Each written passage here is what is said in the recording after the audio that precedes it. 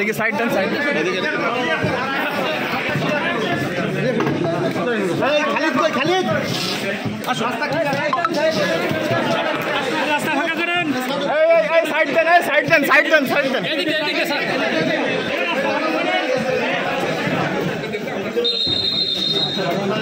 এই আমাদের কর্মকর্তা যারা আছে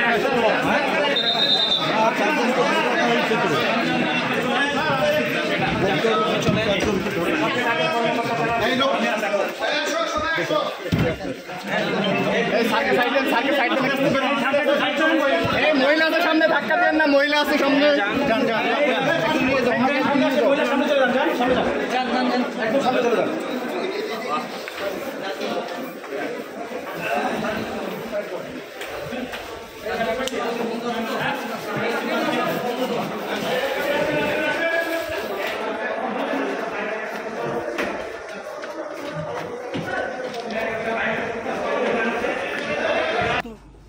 হলে যারা থাকবে, তারপরে যারা চলে যাবে, তাদের সাথে আমাদের খুব চমৎকার কথা হয়েছিল এবং আমরা কথা বলেছিলাম যে আমরা খুব দ্রুতই হলগুলোকে আবার খোলার জন্য আমরা উপরে শিক্ষামন্ত্রীর সাথে কথা বলবো। খুব চমৎকার হয়েছিল।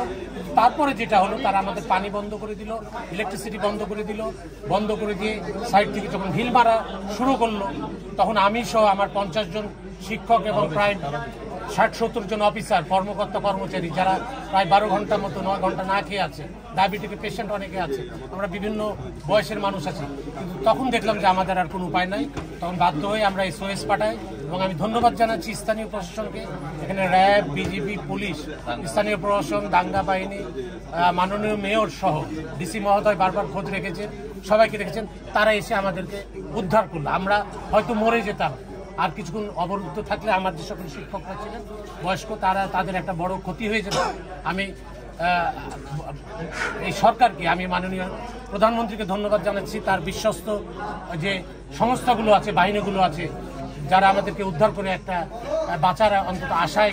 এখন যারা হলে আছেন শিক্ষার্থী, আমাদের সেই বিষয়ে আপনাদের কোনো বক্তব্য আছে? এখন আমাদের আর কোনো বক্তব্য নাই, কারণ বক্তব্যের যে অর্গল আমরা খুলেছিলাম সেই অর্গল বন্ধ হয়ে গেছে। এখন প্রশাসনিক ব্যবস্থা নিবে। বললেন যে সাধারণ শিক্ষার্থীরা যারা ছিলেন তারা চলে গেছে, সেটা হলো আলোচনার একটা শর্ত হিসেবে।